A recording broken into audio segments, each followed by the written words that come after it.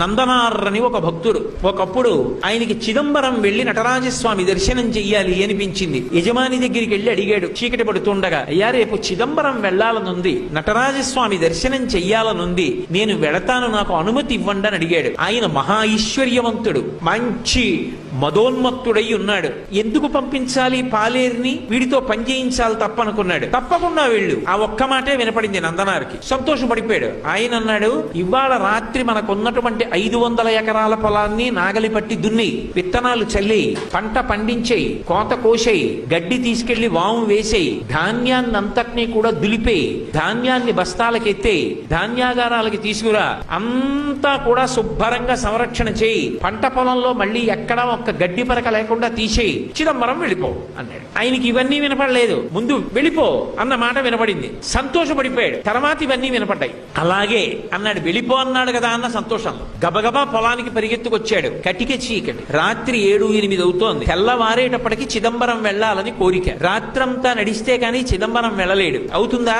ఒక్కనాటికి అవధానం అర్థమైపోయింది. అయ్యో, చిదంబరం వెళ్ళమన్నాడన్న ఆనందంలో వచ్చేసానే, ఇప్పుడు నేను ఈ చీకట్లో ఈ పొలం ఎలా దున్నుతాననుకున్నాడు. ఒక్కసారి ఆకాశం ఆయన స్వరూపమేగా, పైకి చూశాడు. శివా నరిచి నిన్ను చూడకుండా ఉండలేనయా అని స్పృహ తప్పి పడిపోయాడు. ఆయన తలుచుకుంటే ఒక్కసారి సంకల్పం చేస్తే పంట పండేస్తుంది. కానీ తన భక్తుడు పడవలసిన కష్టం తాను పడాలనుకున్నాడు. కైలాసంలో కొడుకులిద్దరిని పిలిచాడు. విఘ్నేశ్వరుడు, సుబ్రహ్మణ్యుడు, ప్రమదగణాలు, పార్వతీదేవి అందరూ కలిసి భూమి మీదకి వచ్చారు. శంకరుడు స్వయంగా పంచె తీసి పైకి పెట్టి గోచి పోసి కట్టాడు, నాగలి పట్టాడు. ఆయన తలుచుకుంటే ఎంతసేపు భూమి దున్నేశాడు. పార్వతీదేవి విత్తనాలు జల్లింది. విఘ్నేశ్వరుడు కలుపు తీశాడు. సుబ్రహ్మణ్యుడు కోత కోశాడు. పంటంతా పండేసింది తీసుకెళ్లి గాదెలో పోసేశారు. గడ్డివాం వేసేశారు. తెల్లవారుతోంది, ఇంకా 2 అవుతోంది. నందుణ్ణి లేపాడు. నందనార్ చిదంబరం వెళ్ళన్నాడు. ఎలా వెళ్ళను, ఎలా పంట అన్నాడు. పండేసింది చేర్చేశామన్నాడు. నీ యజమానికి చెప్పి వెళ్ళిపో అన్నాడు. గబగబా పరిగెత్తుకుంటూ యజమాని దగ్గరికి వెళ్ళాడు. నువ్వు చెప్పినట్టు పంట పండించానన్నాడు. తెల్లబోయాడు జమీందారు. లేచి వచ్చి చూశాడు, గాదెలో పంట ఉంది, గడ్డివా ఉంది, అన్నీ ఉన్నాయి. అర్థమైంది శివానుగ్రహం అంటే ఏమిటో.